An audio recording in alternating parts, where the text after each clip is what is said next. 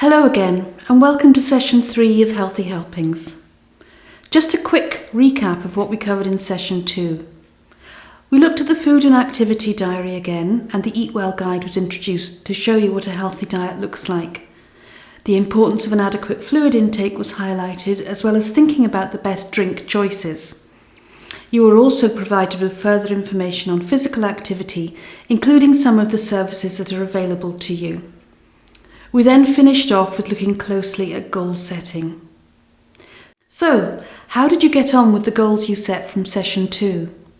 Did anything get in your way of achieving them, and if so, what? Have a look back at your food and activity record, which will help you to see what went well or what didn't go so well. From this, are there any changes needed to make that goal easier for yourself? Is there anything or anyone that could help you? What about support from family and friends? You may be at the stage where you need to think of ways to make it more challenging or harder for yourself, or to set a new goal altogether. Let's take my example. I didn't manage to stop buying takeaway lattes because when I'm out for walks, there's a takeaway place nearby which makes it too tempting. Is there anything I could do to make it easier for myself? I could take a flask of instant coffee with me from home, I could change my walk route, or I could change the type of coffee I'm ordering. Remember, goals need to be doable, so if you can't think of anything to make it easier, it might not be the right goal for you. This would be a good time now to pause the video and think about your goals and what changes you need to make.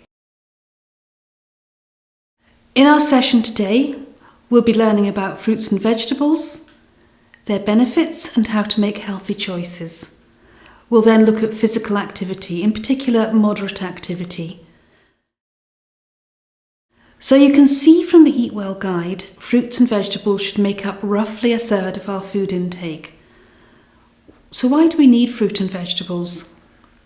Well, they're low in calories, high in fibre. We'll be talking about fibre benefits in a later session. They're also packed with essential vitamins and minerals that keep our bodies working effectively.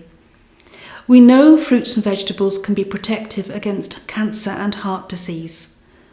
So how much should we eat? Well, as you're likely to have heard, we need at least 5 portions of fruit and vegetables a day. However, as with everything, we need to start from our own starting point. So if you're currently not eating any fruit or vegetables, beginning with 1 portion a day is a good start, and then gradually building up towards the at least 5 portions per day. So what's a portion? A portion is about 80 grams. This is a handful of fruit, 2 handfuls of salad, 3 tablespoons of vegetables.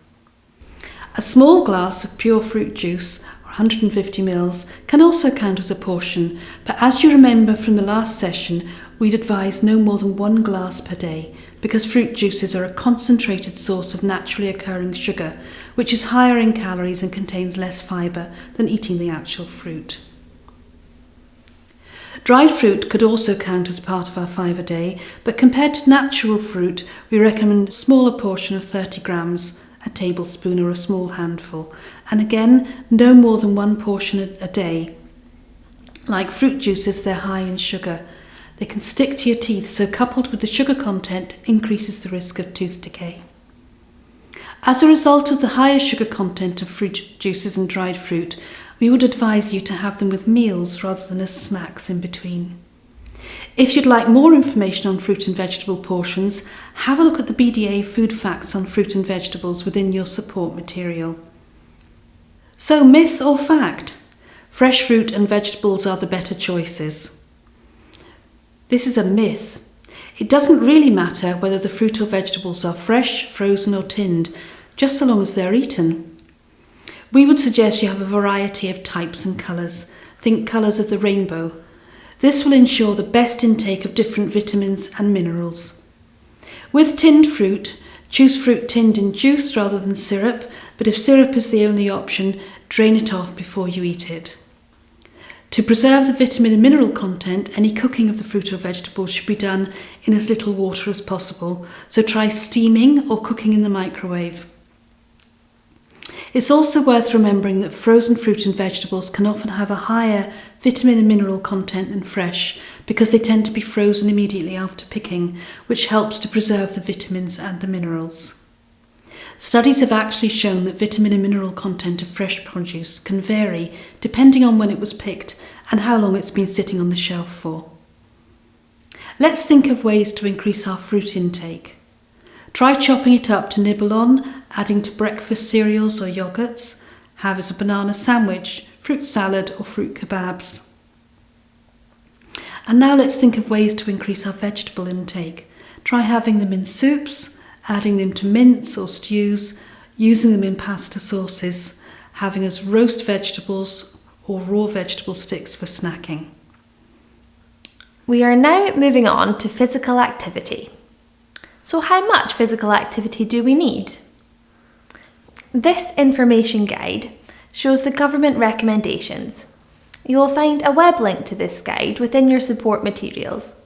It highlights that we should do at least 150 minutes of moderate intensity activity or 75 minutes of vigorous intensity exercise per week, as well as muscle strengthening activities 2 days per week. However, like any other changes, any increase in physical activity should be done gradually and at an intensity you can cope with. In actual fact, the intensity of an activity can vary between individuals as it will depend on their current fitness level, how challenging they will find it. If you want to find out more about the importance of physical activity, I would recommend looking at this short video clip, which you will find in your support materials. If you have any other concerns over your health and are wondering how much exercise you should do, I would recommend speaking with your GP first. Let's focus today on moderate intensity activity.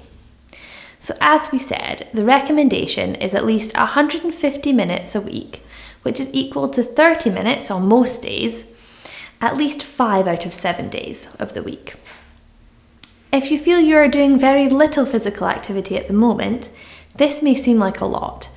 However, if you plan it out and even break the time up per day, for instance 3 10-minute episodes, this may seem a lot more reasonable. Have a look back at your activity record. Can you see where you could be more active? So, what is moderate activity? It's aerobic activity, where you need to breathe harder to take in more oxygen. Overall, it is an activity where you are moving enough to breathe faster, your heart is beating faster, and it makes you feel warmer. You should still be able to hold a conversation, talk but not sing, in comparison to vigorous activity, where talking is more difficult. Remember though, this can be different for different people, depending on their starting point and level of fitness. So what could moderate activity look like for you? It could be walking fast, riding a bike on a fairly level ground, pushing a lawnmower, or doing a gentle hill walk, dancing, or doing a sport like badminton or basketball. Well, that is us nearly coming to the end of our session, so let's have a quick recap of the areas we've covered. We began by looking at how you got on with your goals. Then we spoke about fruits and vegetables, their importance, and how to increase these in our diet. We looked at the physical activity guidelines, in particular moderate intensity activity. We will now finish off with you setting a new goal or goals. It is now a good time to write your goal for the coming week into your goal planner section of Session 3's activity book. There is also a separate goal planner sheet if you want to write more than one goal. If you are thinking of setting more than one, make sure you have a food-related goal alongside an activity goal. Please remember to think about the topics we discussed today, and also using your food and activity record to help you think about what you want to do. Please pause this video now to do this. After thinking about your goals, I will pass you on to Kerry, our assistant psychologist, who you will remember from session 1. She will be going over today's top tip. Our top tip for this session is to practice mindful eating. This is where you minimise distractions so you can focus fully on the meal or snack in front of you. We can often eat whilst doing something else, whether that's watching TV or working through lunch or eating on the go. When we're busy focusing on other tasks and eating on autopilot, we're less likely to hear when our body tells us we're full, informing us when we can stop eating. If distracted, we are more likely to overeat, reaching an uncomfortable level of fullness. By practicing mindful eating, we aim to minimise other distractions, slow down the rate we eat, and allow yourself to enjoy your food. To do this, focus on the food in front of you. Consider the different colours of the food, the different textures. When you take a bite, is it hot or cold? Is it soft or crunchy? Sweet, savoury or spicy? Noticing these aspects will allow your body to recognise it has had a meal and will reduce the likelihood of overeating. Try this during a few of your meals or snacks and see if you notice feelings of fullness, allowing you to make the conscious choice of when to stop eating. You might also find that being present as you eat and noticing different elements of your meal, that you're also able to enjoy it a little bit more. For guidance through mindful eating, you will find a link on the Session 3 webpage. So that's us finished for today. I hope you found all the information we covered today useful, and until next time, goodbye.